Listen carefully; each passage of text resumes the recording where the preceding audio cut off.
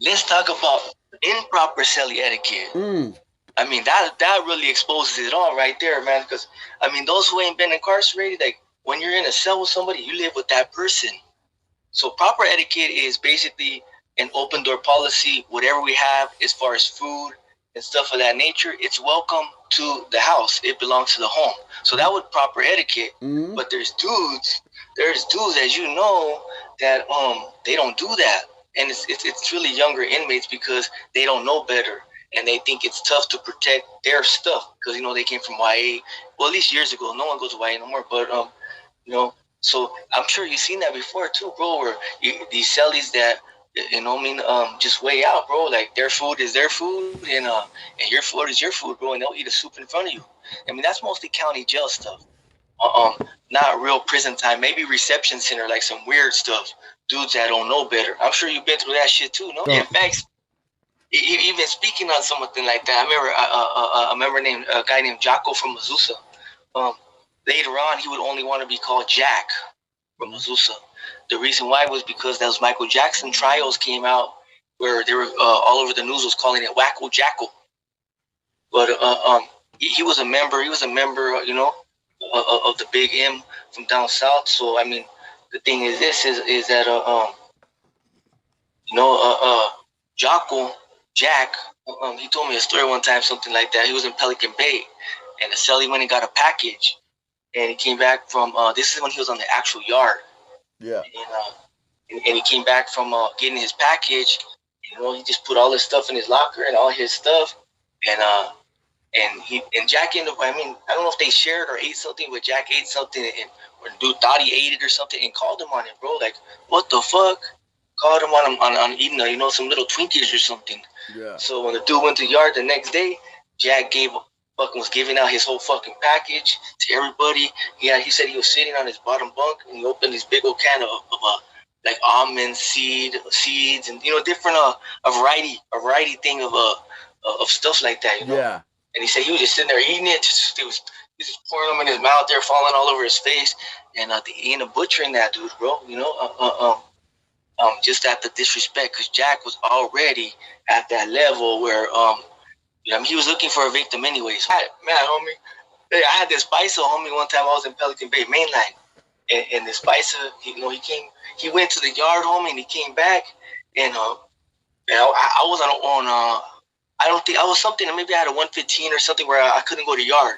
Yeah. And or I had a phone call. I don't remember. Oh no, it was a phone call. I stood in for the phone call, and homeboy was barely my cell like 2 days, and I went into his cell, and he told me he was a Bisa, but he ran. No, he was an other, but he ran Southerner. He said because the homies, just the conduct of the homies from down south were a lot more better and more compatible to living, man. He said honestly, this is what he told me, bro. That all the because he was an other from Puerto Rico. That all the Southerner guys, from they had food and stuff. I mean the gangs basically. He just happened to align with Southern California because he got busted in Orange County. Yeah. So he would tell the cops that he was a sureño for he could have something to eat, bro, because he was starving. He said. That's crazy, bro. I mean, that's some real crazy. But he walked out to the yard. He walked back in. He had, in them years, I think we didn't even have shorts. This short stuff, and I think we only had sweats in those years. Yeah. And I remember people used to cut their sweats and sew them up, and you get a 115, or they'll confiscate them. Yeah.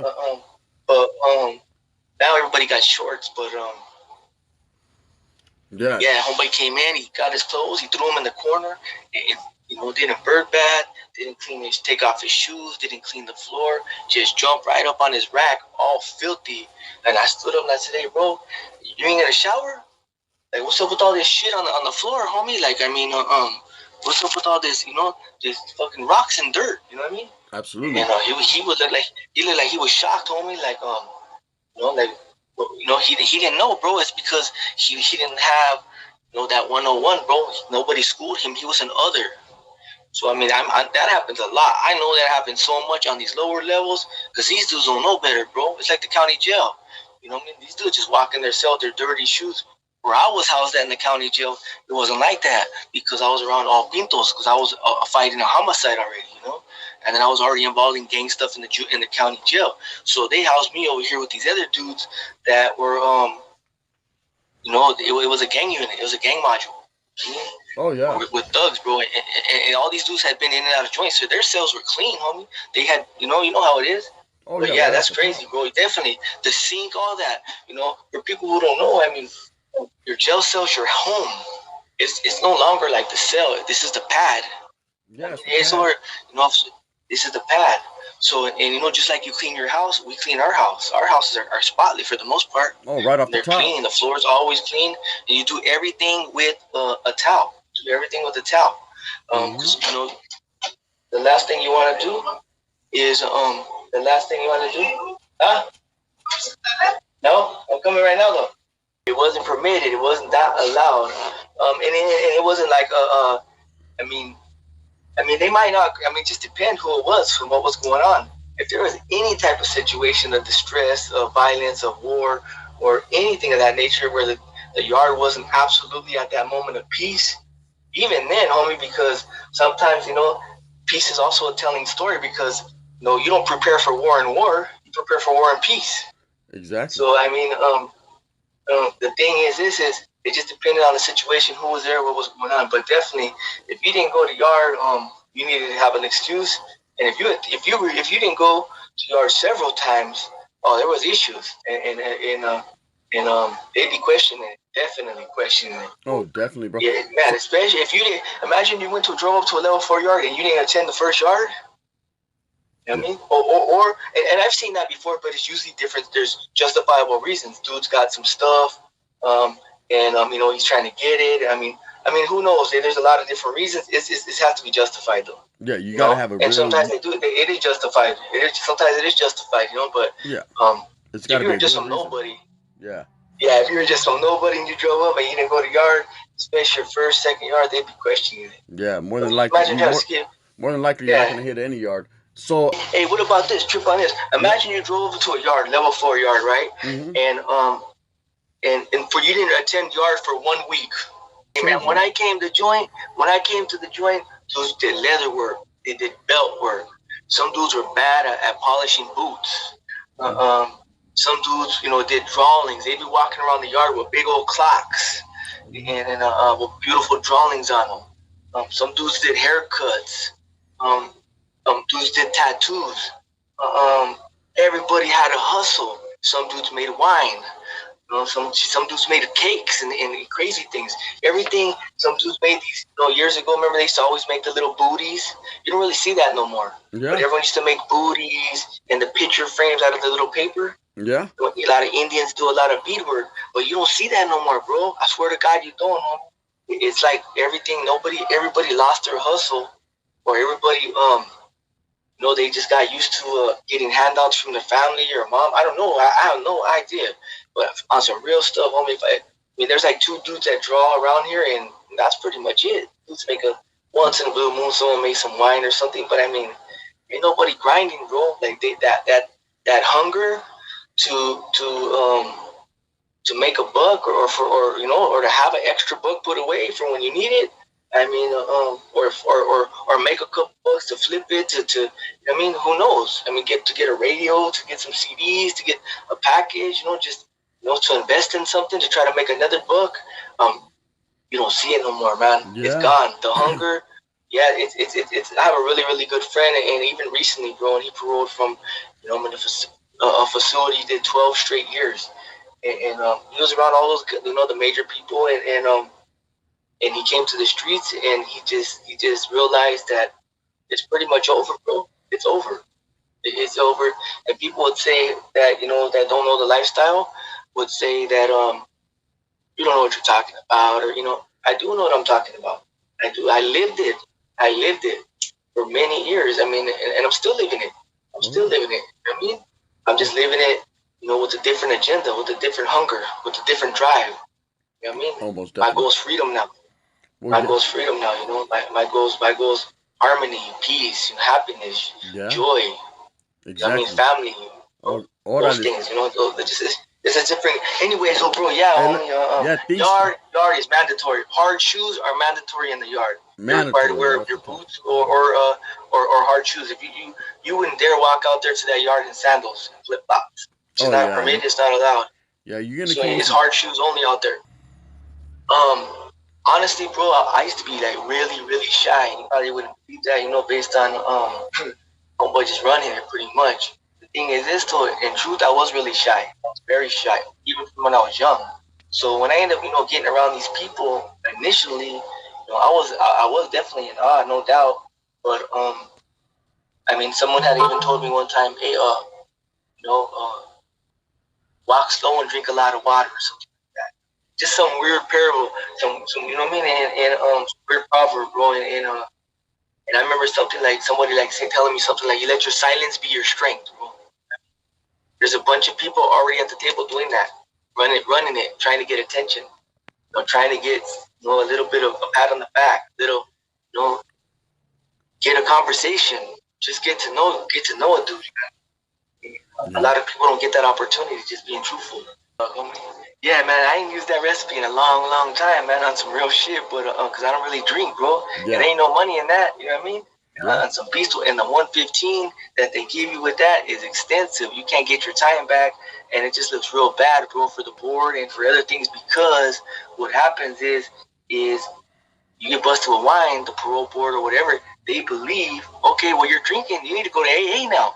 So now they want you to go to AA classes and learn all these steps, 1 through 12. And it's a memory contest, man. And there's a lot of consequences to wine, bro. So I ain't made it in a long, long time because of those consequences. But which is 90 days, or I think it's 120 days loss of time. So if you're going to the board or something, you get busted with some beastal, be expected to attend AA classes, AA, and then there's loss of privileges, because when you get the 115, they assess loss of credit, but you also get LOP, loss of privileges. So those loss of privileges could be no day room, no phone, or both, no yard, no packages, no canteen, as a result of you using products to make wine out of the canteen, so they'll suspend your canteen. There's a lot of consequences to that wine, man, so it's just not worth it. And there's money in that white lightning now, which is just boiled Pruno that they distill it and they make 100% alcohol. They can make it so strong where it's flammable. But, yeah, I've seen it, bro. I mean, it's just basic stuff. It's just basic products. Apples or oranges, and you squeeze the liquid out and let it ferment and turn over. And then you gotta have like a canopy, which is called a kicker. So you get a bunch of oranges with the pulp and let it and dump it in there, and that's your canopy, and that's it, man. So you let it ferment, it will turn over, you'll rot. Start not rot, but ferment, and then you'll smell the wine in it. And then after that, a couple of days, you hit it with some sugar. For every gallon of liquid, you use a pound of sugar. In prison, they don't have sugar, so they use various items, cookies and syrup and anything with sugar in it. You can dilute it. You know what I mean? Mm-hmm. I got the cookies before. I remember years and years ago, the cookie wheels. After we scraped out the frosting for sugar, we got the wheels and we soaked them in hot water. Then we put them in a t-shirt and we squeezed it, and that liquid that came out was super, super sweet. We use that too. Straight crazy cookie. And people used to use cereal, bro. After they took the sugar, people used to use sugar, cocoa, anything to make cough drops. Cough drops have cough drops have sugar. All kind of stuff to make this wine, bro.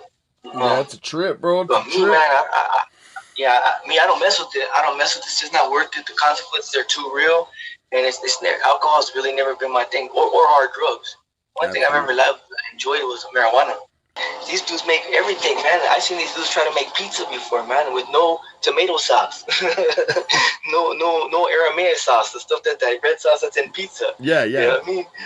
I seen these dudes make pies. I seen them make cakes. I seen them make granola. I seen them, now everybody seems to be stuck on these new things. They're calling them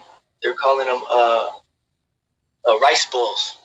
So like myself, this is a couple of years ago. Whatever, hey, want to eat a rice bowl? Like, I didn't know what the hell that was, bro. And they're cooking the sausage, frying it up, and they're buying the sweet and sour sauce out of the packaged stuff, and and they're and then they get another, and then so they're cooking that in one hot pot.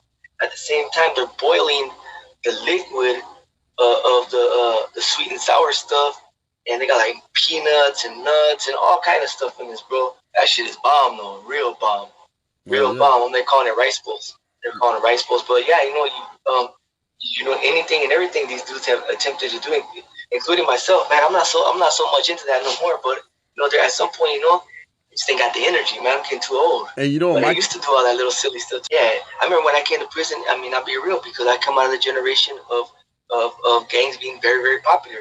So the thing with that is, as the popularity grew, every person within one gang or in these gangs did crimes. They came to jail. It was a party. It was a party in jail. It was the 90s, just like in the streets. You know how like they went through the disco era, and then they went through this era and that era, and it was popping at those clubs. It was popping at them nightclubs. That's where the people were. For gangsters, this was the same thing, because this is just a microcosm of the community out there. It's a community in there. There's no doubt. There's no doubt. The wider public doesn't know what goes on in prison, or what the daily activities are in prison.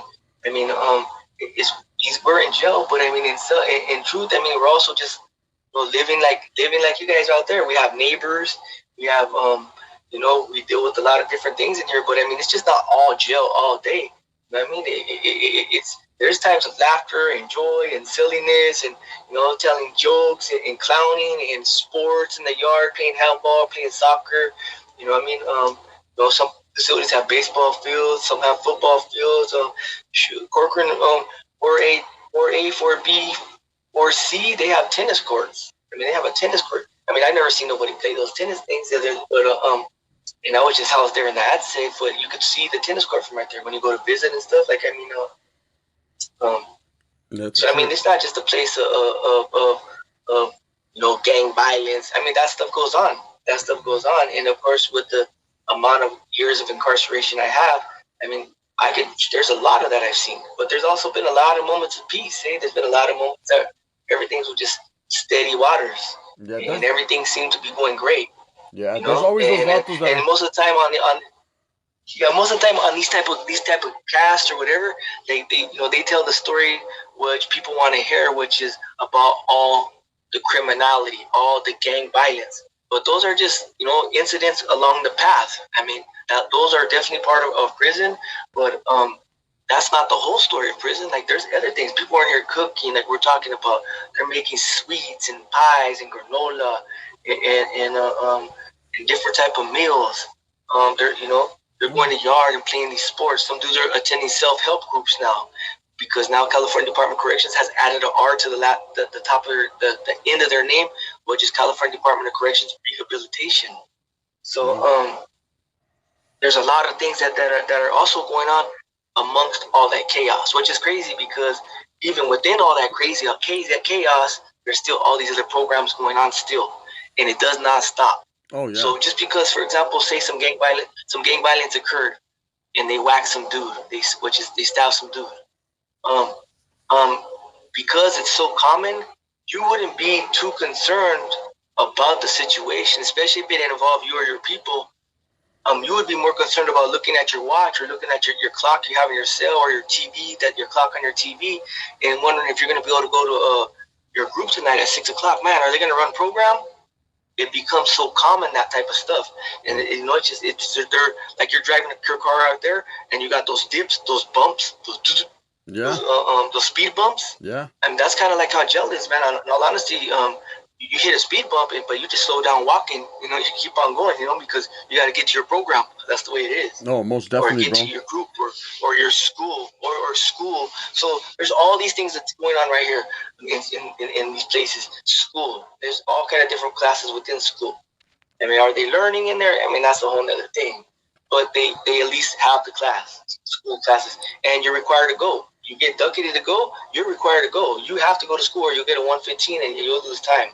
There's now there's college classes in here, which is really, really great, really good, and I think it's done wonders for the population as far as self-esteem, as far as hope. So now there's college. There's a lot of self-help groups, criminal gang anonymous classes, AA, NA. NAA. Then there's yard, where you play baseball or football, or work out or run the track or play handball or basketball. Yes. There's so much to do, bro. So much to So do. within all that, yeah. So people will sometimes say, "What are you doing, man? How come you haven't wrote?" I've been busy, man. Like, why? It's because it's like there's a lot of things going on. There's a lot of things going on. And especially in the lower levels. There's got to be so much. There's so much program in those yards that I mean, most of the time we've done in the place that we've been are max, basically. The super maxes of the California Department of Corrections, the level 4, 180 yards. Absolutely. So and all the years of incarceration. Yeah, it's crazy, bro. So, yeah, I mean, it's everybody in jail and prison at some point. You kind of figure out or learn how to do it, man. But and I know how to put something together if I need to put something together. You know what I mean?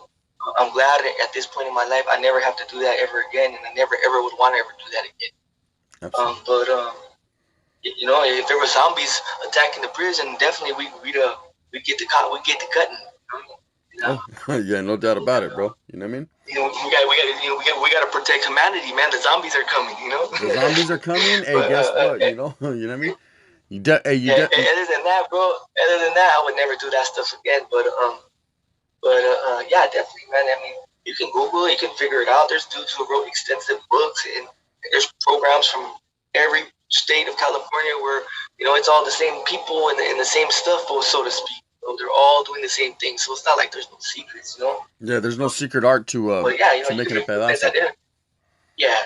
You just come on, there's prisons in every country and in every road, and it's all pretty much. Or these dudes are now everybody got fans, so they're breaking the little metal rod, or they're doing whatever, brother. The TVs, the little tiny pieces of metal on the TVs. Man, I seen this dude years and years and years ago. He wasn't all there. He was mentally ill, and he came to the yard and he told the guys that he had made some fierros, and I was real young, and this is Pelican Bay, and so they told him, hey, bring them. When are you gonna bring them? Like, they were on him. Bring them. So when he finally, it takes like 2 weeks, 3 weeks, and when he finally, produces them, they're nail clippers.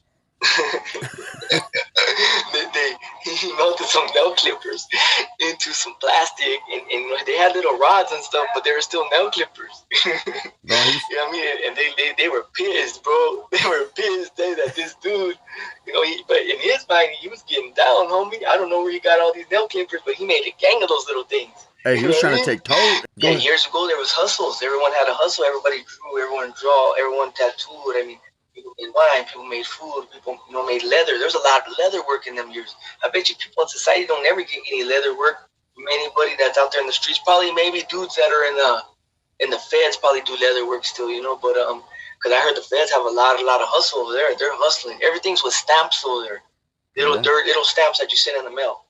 So people got pillowcases full of stamps in the feds. So it's weird, man. Stamps are currency over there. They created their own form of currency, but yeah, man, I don't really see it, man. Once in a while, I run into a dude who knows how to fix a TV or a radio, and there's maybe 1 or 2 dudes who draw. But as far as like some tattoo work and all that stuff, I mean, I think that's a dying art on a level 4 yard. That's a trip, huh? That's a trip. It's too hard to get in and out of. Years ago, you used to be able to get in and out of cells. I mean, you'd go. And maybe at lunchtime we'd go all kick it in your cell and chill and drink or eat, throw a spread, kind of sneak in and out of cells. You can't do that no more. I haven't seen nobody sneak in anyone else's cell in a long time. Yeah, a long time. It was very common years ago. They're required to put this little camera on their body, and it records audio and visual. And then in all the day rooms, they said now they're putting cameras in every day room in the state of California. It's supposed to be a pilot program though for 5 prisons right now, but eventually it's probably gonna go statewide, and it records all video, all audio, and they were saying that cops are already in that joint where they're already at, that they're already getting deducted wages, because when the cop does some type of infraction or makes some type of mistake, how they penalize them cops is they make them do training and they take their wages like 5%. You get taxed like 5% the first infraction. So that cops now, because of body camera, are getting detached wages, bro. They're in protest right now. They're saying, and another thing is this is because it changed the entire program in regards to everything with prison. You know, the California Department of Corrections has a book called the DOM, Department of Operational Manual, and another one called OPP, and another thing called the Title 15. Those are law. Those are passed by legislators. What these cops are to do and not to do.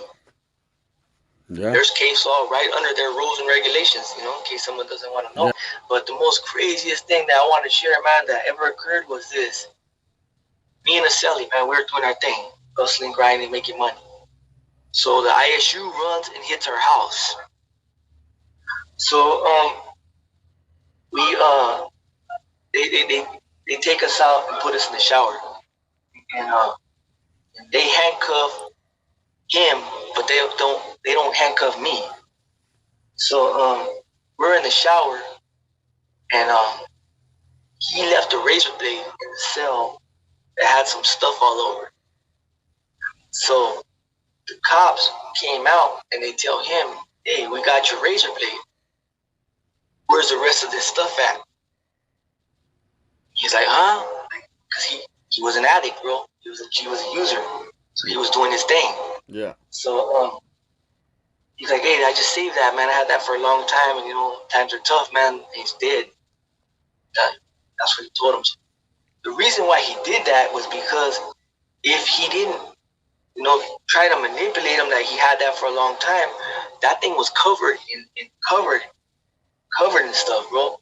You obviously cut up a lot of stuff with that razor blade to have so much collective amount all over it. So where's the rest of it at? Well, you know, the rest of it was in his butt. Yeah. You know what I mean? So you know, was hooped, it was keistered. Mm-hmm. So we're in the shower, he's in handcuffs. I'm not in handcuffs. He tells me, "Hey man, they're gonna take us to potty watch," which, you know, CDC calls contraband watch. Mm-hmm. Where they take you over there and they put belly chains and shackles on you and handcuffs on you, and they put you in a jumpsuit, and then usually they put you in two jumpsuits, one forward and one backwards. Mm-hmm. So therefore you don't have access to your anus, man, to whatever you got back there. You know what I mean?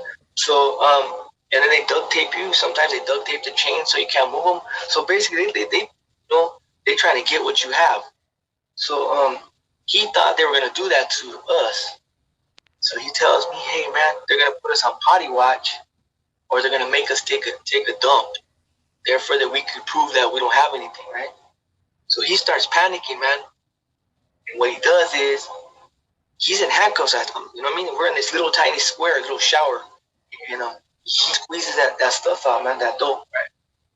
So what he does is he can't. Now he tells me for me to hoop it, right? He wants me to hoop what he just pulled out of his ass and put it in my ass, right? Hey, bro, tell me crazy as hell. I ain't putting that shit in my ass. You know what I mean? So he says, so I grab it with my hands out of his butt, right? Nasty as hell, bro. So, and I put it in my shoe, and I kick it to the front of my shoe and put my shoe on, and he goes, "Give it back to me. They're gonna search us." Right? So now I got this dude's doo-doo in my shoe, and it's on my hands. So I kick it, he kicks it back out, right? Kicks it back out. I kick it back out of the shoe, and he tells me put it in his mouth where he can swallow it. Oh, fuck. He's in handcuffs, bro. I'm the only one not in handcuffs. So I put it in his mouth, and he's trying to like on his tongue, like push it back to swallow it. And his mouth is too dry, and there's no water or nothing, and it's too big, bro. He can't swallow it. So he tells me to use my finger to push it down his throat. Oh, fuck. So as I'm doing it, he's choking and gagging it. Right? So he tells me, "I can't take it. Just take it out." So I take it out of his mouth, right? And he goes, "I can't swallow it." He said, "Just hoop it and I'll give you half." And I said, "I'm not going to hoop it, man." And he says, "Here, give it to me." So he tries to put it back in his butt, right? Yeah. And what happens is, because of the handcuffs, he can't get access to that area to push it in. So he tells me to push it in. Man, so it was like, hey, bro. He said, just do it. We're going to get busted, man. Just do it. And I told him, I ain't putting my finger in your ass, man. You know what I mean? I'm not putting my finger in your ass, man. And he said, just do it, man. We're going to get busted. Please. Please just do it. And I did it, bro. And I did it.